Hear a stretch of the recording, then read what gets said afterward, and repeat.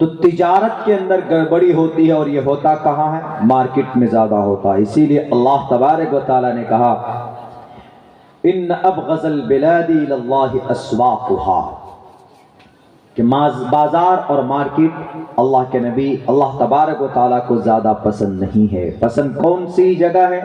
ان احب البلاد الی اللہ مساجدها، مسجدیں اللہ کو پسند ہے۔ اور ہم لوگ مسجد میں زیادہ وقت بتاتے ہیں؟ نہیں، نماز پڑھی گئے، وقت دیکھتے ہیں 2 منٹ باقی ہے، 1 منٹ باقی ہے، تب جائیں گے مسجد میں۔ سنت بھی نہیں پڑھی، جائیں گے جلدی جلدی۔ امام صاحب نے اگر لمبی سورت پڑھ دی، اے امام صاحب تھوڑی چھوٹی پڑھو سورت۔ اب بتائیے، حالانکہ کم سے کم نماز کے بہانے اگر قرآن سننے کا موقع مل رہا ہے تو یہ ایسی کتاب ہے قرآن کہ بھئی اس سے سننے پر بھی ثواب ہے۔ لیکن اس میں بھی امام صاحب نے اگر تھوڑی زیادہ سورت لمبی پڑھ دی تو نماز کے بعد بولتے ہیں، ہمارے نوجوان کہہ رہے بھئی مولانا صاحب تھوڑی چھوٹی سورت پڑھاؤ اور چھوٹی نماز پڑھاؤ تھوڑی تھوڑی۔ سب سے مبارک جگہ اگر کوئی ہے تو صرف مسجد ہے۔ کہیں سکون نہیں مل سکتا آپ کو، لیکن مسجد میں آپ کو سکون ملے گا۔ آپ پریشان ہیں، تھکے ہوئے ہیں، آپ جائیے مسجد میں، وضو کیجئے، نماز پڑھیے، لیٹ جائیے، دیکھیں آپ کو کتنی اچھی نیند آتی۔ اتنی اچھی نیند آپ کو گدے پہ نہیں آئے گی، اتنی اچھی نیند آپ کو اپنے گھر میں ایئر کنڈیشن روم میں نہیں آئے گی، جتنی اچھی نیند آپ کو مسجد کے سمپل ایک پنکھے میں آ سکتی ہے۔ نہیں، جمعے کے دن ہے، آدمی پریشان ہے، کام کرتا ہے، ایک دم ٹائم ہو جاتا، چلو جی خطبے کا ٹائم ہو گیا، جلدی سے ایک دم وسیع کپڑے میں وضو کر کے پہنچ جاتا، بیٹھ جاتا ہے۔ جب امام صاحب خطبہ شروع کرتا ہے، الحمدللہ نحمدہ ونستعینہ ونستغفرہ ونؤمن بہ ونتوکل علیہ، الحمدللہ الذی ہدانا لخیر الادیان وما کننا لنہتدی لولا ان ہدانا اللہ۔ عربی پڑھتا ہے، سمجھتے بھی نہیں ہیں لوگ عربی، لیکن عربی میں خطبہ ہے، خطبہ ہو رہا ہے۔ آدھے خطبہ جاتے جاتے آپ دیکھیے گا غور سے کم 50% آدمی ایسے اونگ رہا ہوتا ہے، ایسے۔ نیند آتی کہ نہیں آتی؟ ہم لوگوں کو تو آتی ہے۔ ہم لوگ آتے کیا، جب مدرسے میں پڑھتے تھے تو ہم لوگ کم سے کم آدھا 10-15 منٹ کی نیند مان لیتے تھے خطبہ سنتے سنتے۔ اور جب خطبہ ختم ہو جائے ایسے بغل والا ایسے کونی ماتا ہے، اٹھاؤ نماز کے لیے کھڑے ہو جاؤ۔ وہ اونگ پتہ ہے کیا ہے؟ وہ اللہ کی طرف سے رحمت کی بارش ہوتی ہے، جس کی وجہ سے آدمی سکون محسوس کرتا ہے۔ کہیں یہ چیز آپ کو نہیں ملتی۔ گھر میں جائیں گے، ادھر سے بچہ رو رہا ہے، ادھر سے بیوی کی آواز ہے، ادھر سے بھینس کی آواز ہے، ادھر سے گدھے کی آواز ہے۔ ٹی وی پہ بیٹھ جائے تو ادھر میڈیا والا ٹر ٹر ٹر ٹر کرے گا، ادھر یوگی جی اپنی اماں کے اوپر پابندی لگاتا ہے، ہمارے اماں کو نہیں کھا سکتے۔ میں تو پوچھتا ہوں پہلے کہ بھئی یوگی جی کی اماں ہے کہ کچھ اور؟ ابھی ہم گوہاٹی گئے اس پروگرام میں۔ گوہاٹی شہر آسام میں ہے، آسام کی کیپٹل راجدھانی۔ تو وہاں شہر کے اندر ہم لوگ نماز پڑھنے کے لیے گئے، نماز کے بعد کھانے کے لیے گئے۔ تو وہاں اسپشٹ آ کر بولا، وہ جو ویٹر تھا، مطلب جو کھانا پروستا ہے، واقع بولتا ہے کہ مولانا کیا لیجئے گا؟ بولیے۔ سبزی لیجئے گا کہ بیف لیجئے گا؟ ہم نے کہا کہ بیف مت بولو، یوگی جی کی اماں بولو، بیف بولو کہ مروا دو۔ مادر کفار بولا تو بیف مت بولو ابھی۔ اور مجھے تعجب ہوا، ہم نے کہا کہ یہاں آسام میں، ارے وشوا شرما جی جو ہیں یہاں پہ، وہاں کے چیف منسٹر، وہ تو بڑے سخت ہے۔ تو وہ آدمی کان میں کیا بولتا ہے؟ بولتا حضرت انہی کی برادری کے لوگ سب سے زیادہ کھاتے ہیں، اسی لیے یہاں پہ پرمیشن ہے۔ ہم نے کہا یہ خبر پہنچا دے جا یوگی جی کو، ان کی اماں کو کھایا جاتا، وشوا شرما جی کھاتے، پھر دیکھیے کیسے دشمنی پیدا ہو جاتی۔ بیرک ہے۔ تو یہ مسجد تمام جگہوں میں سب سے مبارک اور محترم جگہ مسجد ہے۔ اسی لیے اگر خالی وقت ملتا ہے ادھر ادھر مت گھومیے، مت بیٹھیے، جائیے مسجد میں 2 رکعت نماز پڑھیے، قرآن رکھا ہوا ہے تو قرآن کی تلاوت کیجیے۔ اور جب تک مسجد میں رہیے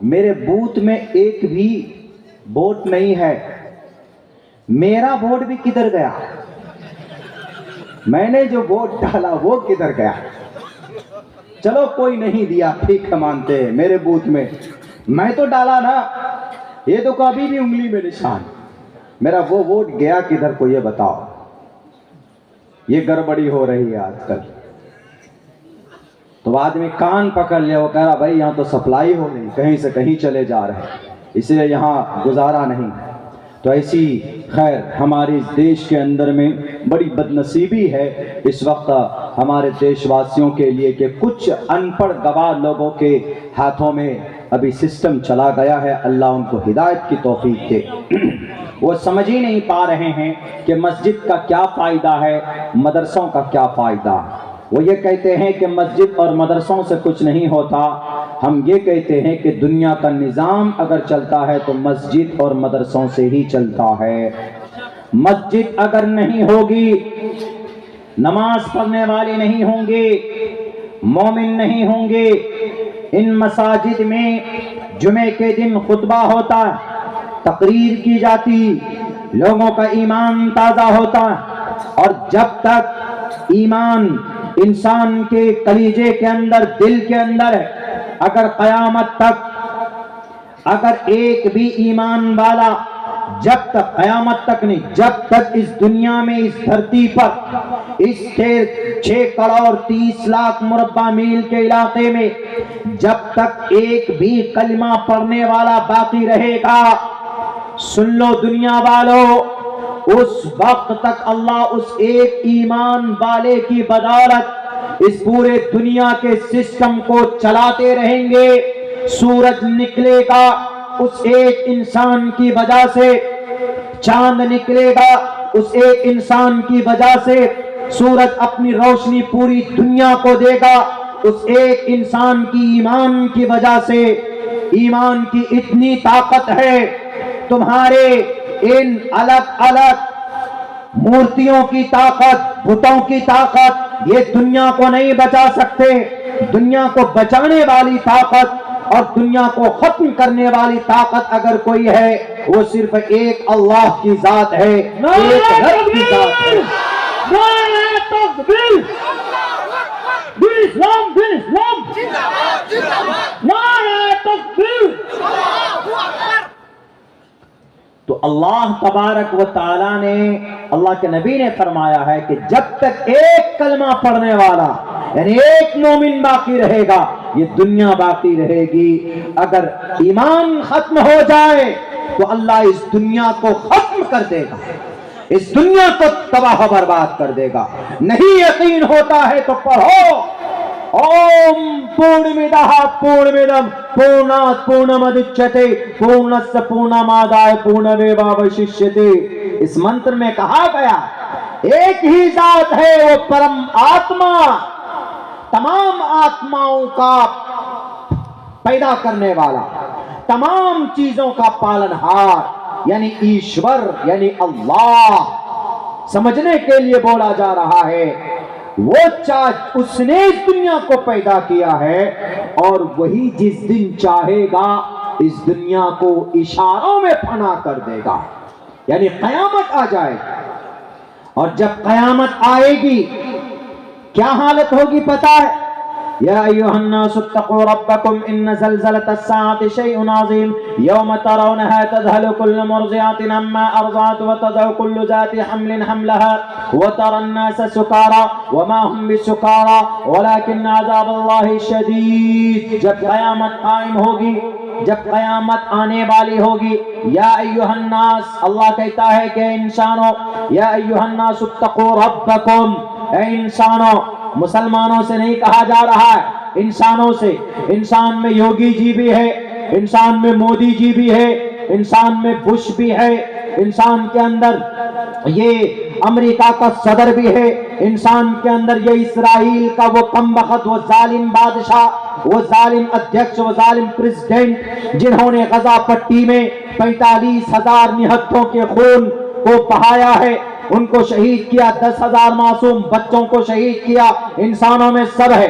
وہ رب کہتا ہے یا ایھا الناس، اے انسانوں، اے مسلمانوں، اے ہندوؤں، اے کرسچنوں، اے جین بدھسٹوں، اے آدیواسیوں، اے شیڈول ٹرائب کے لوگوں، اے کمیونزموں، اے جینیوں، اے سکھوں، سب سے قرآن کہتا اتقوا ربکم، اپنے رب سے ڈرو، اپنے خدا سے ڈرو، اس لیے کہ وہ خدا جس دن قیامت کو برپا کرے گا، جس دن قیامت قائم ہوگی، ان زلزلۃ الساعۃ شیء قریب، بے شک قیامت قریب ہے، قیامت آنے والی ہے۔ کیسے پتا چلے گا؟ اس دن کیا ہوگا جس دن قیامت آئے گی؟ یوم ترونها تذہل کل مرضعۃ عما ارضعت، یوم ترونها، تم دیکھو گے، کل مرضعۃ عما ارضعت، ہر دودھ پلانے والی ماں اپنے بچے کو چھاتی سے کھینچ کر پھینک دے گی۔ سب سے پیاری، سب سے زیادہ ممتا ماں کو اپنے بچے سے کب ہوتا ہے؟ جب بچہ چمٹ کر دودھ پیتا ہے، اس وقت ماں سب سے زیادہ، ماں کو بچہ پیارا ہوتا ہے، وہ پیار کرتی ہے۔ لیکن اللہ نے اسی لمحے کی خطرناکی کو بتایا کہ سب سے پیارے مومنٹ میں، سب سے پیارے رشتے میں ماں مر جائے گی، قربان ہو جائے گی۔ دنیا میں کتنوں تکلیف آ جائے، اپنے جو چھوٹے بچے دودھ پینے والے ہوتے ان کو اپنے سے کبھی جدا نہیں کر سکتی، لیکن وہ اتنا خطرناک ماحول ہوگا، اتنی خطرناک حالت میں لوگ ہوں گے۔ یوم ترونها تذہل کل مرضعۃ عما ارضعت، ہر دودھ پلانے والی ماں اپنے بچوں کو اٹھا کر پھینک دے گی۔ وتضع کل ذات حمل حملها، جس ماں کے پیٹ میں بچہ ہوگا، 9 مہینے کا، 8 مہینے کا، 7 مہینے کے بچے ہوں گے پیٹ میں، وہ بچے اپنے آپ ماں کے پیٹ سے نکل جائیں گے، وہ حمل نکل جائے، ضائع ہو جائے۔ وَتَضَعُ كُلُّ ذَاتِ حَمْلٍ حَمْلَهَا وَتَرَى النَّاسَ سُكَارَىٰ، اور تم ایسا دیکھو گے کہ جیسے سارے لوگ بے ہوش ہو رہے ہیں، نشہ چھا رہا ہے۔ وَمَا هُمْ بِسُكَارَىٰ، لیکن سن لو، اگر تم کو لگے ایسا کہ لوگ بے ہوشی میں ہیں، وہ بے ہوشی نہیں ہوگی۔ وَمَا هُمْ بِسُكَارَىٰ وَلَٰكِنَّ عَذَابَ اللَّهِ شَدِيدٌ، لیکن وہ اللہ تبارک و تعالیٰ کی گرفت ہوگی، اللہ کا عذاب ہوگا جو سخت ترین ہوگا، اللہ کی پکڑ گرفت ہوگی۔ اللہ تبارک و تعالیٰ اس مناظر کو بیان کرتے ہیں، کوئی کسی کو پوچھنے والا نہیں ہوگا۔ ماں باپ ایک دوسرے، بچے اپنی ماں کو، اپنے باپ کو دیکھ کر بھاگ جائیں گے، شوہر اپنی بیوی کو دیکھ کر بھاگے گا، بیوی اپنی شوہر کو دیکھ کر بھاگ جائے گی۔ ماں کو ایک نیکی کی ضرورت ہوگی، ماں سوچے گی میں نے تو بیٹے کو بڑے پیار سے پالا ہے، وہ تو میری مدد ضرور کرے گا، لیکن بیٹے کو دیکھتے ہی بیٹا منہ چرا کر بھاگ جائے گا کہ کہیں میری ماں مجھ سے نیکی نہ مانگ لے۔ وہاں پر کوئی کسی کی مدد نہیں کرے گا۔ وہاں پر اگر کوئی کسی کی مدد کر سکتا ہے تو صرف ایک ہی چیز ہے، آپ کا عمل آپ کی مدد کر سکتا ہے کہ آپ نے دنیا میں کیا کیا۔ آپ نے دنیا میں نماز پڑھی کہ نہیں پڑھی، آپ نے دنیا میں کسی کے حقوق تو نہیں مارے، آپ نے دنیا کے اندر آپ نے اپنے آپ کو شراب سے بچایا کہ نہیں بچایا، دنیا کے اندر آپ نے زنا سے بچایا کہ نہیں بچایا، دنیا کے اندر آپ نے کسی کو گالی تو نہیں دی تھی، دنیا کے اندر کسی کا مال تو ہڑپ نہیں لیا تھا آپ نے، دنیا کے اندر آپ نے کسی کو پریشان تو نہیں کیا تھا۔ اگر آپ کی یہ حالت ہوگی تو اللہ تبارک و تعالی عرش کا سایہ آپ کے اوپر ڈال دے گا، آپ نیک ہوں گے، آپ کو کوئی گھبراہٹ نہیں ہوگی۔ ورنہ ہر انسان اپنی اپنی غلطی اور گناہوں کی وجہ سے پسینے میں ڈوبا ہوا ہوگا، ننگے ہوں گے۔ اما عائشہ فرماتے ہیں اللہ کے نبی، ننگے لوگ ہوں گے، ننگے، کپڑا نہیں ہوگا، شرم نہیں آئے گی، دیکھیں گے ایک دوسرے کو۔ تو جناب محمد رسول اللہ نے کہا کہ اے عائشہ، وہاں ایک دوسرے کو دیکھنا تو دور کی بات ہے، وہاں انسان اپنے پیر کے انگوٹھے کو بھی نہیں دیکھ پائے گا، وہاں اتنا خطرناک ماحول ہوگا۔ تھوڑی سی آندھی آ جائے، تھوڑی سی تیز آندھی اگر آ جاتی ہے، سیلاب آ جائے تو کیسے نفسی کا عالم کرتے؟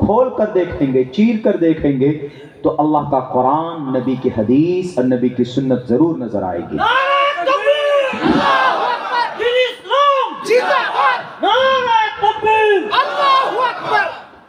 تو میڈیا والے آ جاتے ہیں, ارے اسلام میں ہے چوری کی سزا ہاتھ کاٹنا. قرآن کی آیت میں نے پڑھی آپ لوگوں کے سامنے, السارق والسارقۃ فاقطعوا ایدیہما جزاء بما کسبا, بدلے کے طور پر ہے, سزا کے طور پر. اگر کوئی چوری کرتا ہاتھ کاٹ دو. آپ کہیں گے کہ مولانا موبائل چوری کیا تو کیوں ہاتھ کاٹیں گے؟ ٹھیک ہے, جو موبائل چوری کرتا ہے مت کاٹیے, چھوٹی چوری. لیکن جو بڑی بڑی چوری کرتے, ہمارے دیش میں چوری کیے کہ نہیں کیے؟ کون کون؟ ارے وہ تو چلیے سنویدھان کی جگہ پہ, ارے ان سے زیادہ بڑے چور ہیں جن کو بھگا دیا ہے لندن. للت مودی, وجے مالیا, میہول چوکسی, نیرو مودی ہے, چور ہے کہ نہیں؟ 1000 کروڑ روپے لے کے بھاگے کہ نہیں بھاگے؟ نالا ہے. ان کے 2 ہاتھ کے ان کے دونوں ٹانگ بھی کاٹ دیے جائے تو کم تھا. اگر وجے مالیا, سب سے پہلے وجے مالیا بھاگا نالا, 9000 کروڑ روپے لے کے بھاگا. کس کا پیسہ تھا وہ؟ ہمارے دیش کا. اور بینک میں کس نے جمع کیا تھا؟ ہم نے اور آپ نے جمع کیا تھا. سہارا کے اندر پیسہ ختم ہوا کہ نہیں ہوا لوگوں کا؟ وہ کم بخت جا کے شمشان گھاٹ میں لیٹ گیا بےمانی کر کے. پیسے کس کے ختم ہوئے؟ غریبوں کے. تو چوری ہوئی, وہ تو بڑی چوری ہوئی. چلیے موبائل چرانے والے کو معاف کر دو, چلو جی موبائل ہے 10-15-20 ہزار کا معاف کر دیا تم کو, کوئی بات نہیں.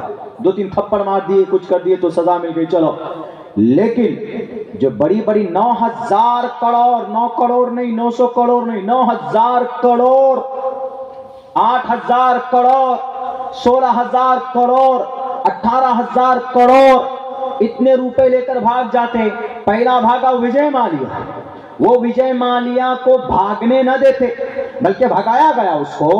باضابطہ فائنانس منسٹر نے, ارون جیٹلی جی نے بھگایا, ان کا دوست تھا. اگر اسی دن اسی وقت ایک قاضی صاحب کو بلاتے اور آپ اپنے ایڈمنسٹریشن کو بلاتے اور آپ پولیس پرشاسن کے سامنے میں بلایا جاتا اس کو اور کہا جاتا کہ تمہارے سامنے 2 چوائس ہے, 2 آپشن ہے.